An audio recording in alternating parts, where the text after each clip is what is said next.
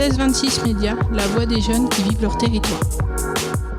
Bonjour et bienvenue sur 1626 Médias. Aujourd'hui, j'accueille l'adjudant-chef de gendarmerie Bruno Canet. Bonjour. Bonjour. En quoi consiste le métier de gendarme et quelles sont les principales missions ? Alors, le métier de gendarme consiste à faire respecter les lois. C'est vraiment sa mission principale. Pour atteindre ce but, il va faire plein de choses très différentes, notamment des enquêtes judiciaires, de la police de la route, de l'intervention en milieu familial s'il y a besoin, de la surveillance, de la recherche du renseignement, plein de missions très, très différentes pour arriver au but de faire respecter les lois. Pouvez-vous m'expliquer la différence entre la gendarmerie et la police ? Oui, alors, 3 différences vraiment importantes entre le gendarme et le policier. Première différence, nous sommes des militaires, en fait, en France, 4 corps armés, 4 corps différents du ministère des Armées, l'armée de terre, la marine, l'armée de l'air et de l'espace et la gendarmerie. Donc le gendarme est militaire. Nos camarades de la police, eux, sont fonctionnaires, ça va être différent dans l'organisation. Première grosse différence. Deuxième différence, le lieu d'intervention. En fait, les camarades policiers interviennent sur les grands centres urbains. Paris, Caen, Marseille, Saint-Lô, Cherbourg, zone police. Ça couvre 5% du territoire et la moitié de la population.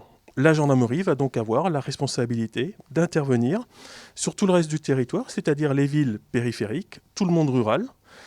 Nous avons donc la responsabilité de 95% du territoire et de la moitié de la population. C'est important d'avoir ça à l'idée parce qu'en fait, ça veut dire que tant une patrouille police qu'une patrouille gendarmerie, on est appelé à intervenir sur les mêmes causes d'intervention, par exemple une découverte de cadavre, un accident de la route, un cambriolage. Dernière différence, le fait que le gendarme vit sur son lieu de travail.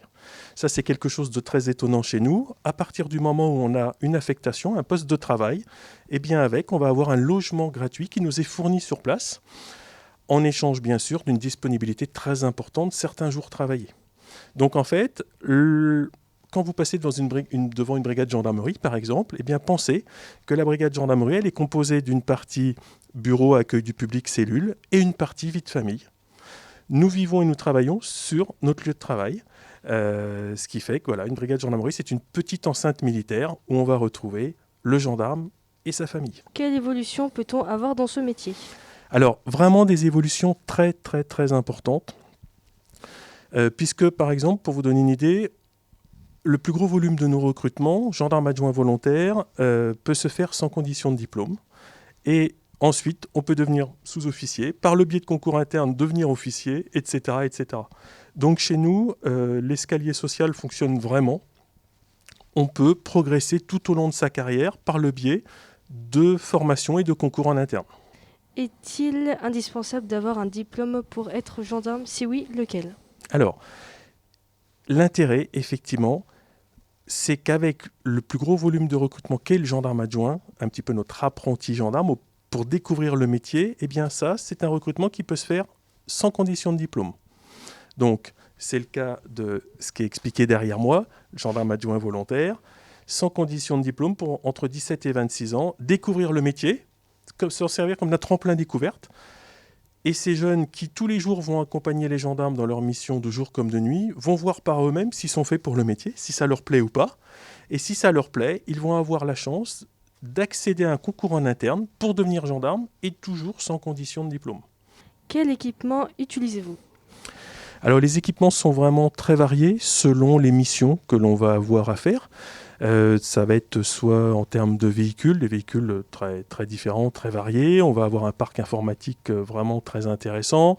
On va retrouver du matériel de protection balistique, par exemple le gilet pare-balles, de l'armement très varié. On va retrouver également du matériel, par exemple, vous savez, chez nous, ce qu'on va appeler les techniciens d'investigation criminelle. Ce sont les gens qui se déplacent sur les scènes de crime pour faire les prélèvements de traces et indices. Là, pareil, du matériel vraiment spécifique. Donc, au niveau des équipements, c'est très, très, très varié. La gendarmerie a des besoins vraiment très larges. Donc, on va retrouver chez nous des équipements en nombre et dans tous les domaines. Quelles sont les difficultés que vous pouvez rencontrer en tant que gendarme ? Alors, les difficultés que l'on peut rencontrer, il y a un risque, bien évidemment. On ne peut pas l'écarter. Un risque avec notre vie. On peut rencontrer lors d'une intervention quelqu'un qui va être armé, qui va s'en prendre à notre vie. C'est pour ça qu'il y a très régulièrement des entraînements, des mises en situation, des cours d'intervention professionnelle, des séances de tir pour que l'on se prépare au mieux et que l'on soit prêt à affronter toutes les situations possibles et inimaginables qui vont se présenter devant nous. Quelle est l'organisation au sein d'une brigade? Alors, on va retrouver, comme toutes les structures, un commandement, un adjoint pour assurer la permanence du commandement. Et ensuite, alors là, ça peut être un officier ou un sous-officier. Ensuite, des sous-officiers. Ils vont être renforcés par des gendarmes adjoints. Je vous parlais tout à l'heure de nos jeunes, un petit peu nos apprentis gendarmes qui vont nous épauler de jour comme de nuit pour découvrir le métier, voir si ça leur plaît ou pas de l'intérieur. Et également, quelquefois, on peut avoir le renfort ponctuel de réservistes opérationnels. Ce sont des gens qui ont un métier dans le civil ou qui sont étudiants, mais qui veulent mettre à profit leur temps libre pour faire des missions rémunérées à la journée et venir nous renforcer. J'imagine qu'il y a une grille de salaire. Alors, à quoi on peut s'attendre au début de carrière? Alors, en début de carrière, on en revient à la première porte d'accès chez nous, les gendarmes adjoints volontaires. On va commencer sa carrière à peu près à 1 300 € net. Et ce qui va être intéressant, c'est que chez nous, peu importe le concours ou l'examen que l'on va passer pour venir chez nous, à chaque fois, on va partir pour une formation rémunérée dans une de nos écoles. Voilà, donc là, ça reste intéressant puisque non seulement on vous forme, mais en plus, on vous rémunère le temps que vous soyez avec nous à l'école et puis après, vous commencez votre carrière. Et pour finir, avez-vous des conseils à donner aux jeunes qui souhaiteraient intégrer ce métier? Alors ça, c'est une bonne question. Effectivement, le conseil, travailler sa scolarité pour décrocher un diplôme, quel qu'il soit, mais toujours penser à se dire, si jamais les portes de la gendarmerie ne s'ouvrent pas, au moins je repars dans le civil pour faire un autre métier qui pourrait me plaire. Le conseil de base, toujours bien travailler 3 choses. Le français, l'expression orale et écrite. Le sport, on a besoin de profils sportifs pour venir chez nous. Et je dirais la culture générale, mais vraiment dans ce qu'elle a de plus large. Alors, au niveau des cours, ça va être l'histoire-géographie, par exemple. Mais au quotidien, ça va être, par exemple, lire la presse quotidienne et puis lire ce qui se passe au niveau national, international, acquérir une bonne vision d'ensemble, une bonne culture générale. Alors d'ailleurs, qui nous sert en tant que citoyens, mais plus particulièrement en gendarmerie, ce qui permet d'être au courant de l'évolution de la société, de ce qui se passe dans notre environnement.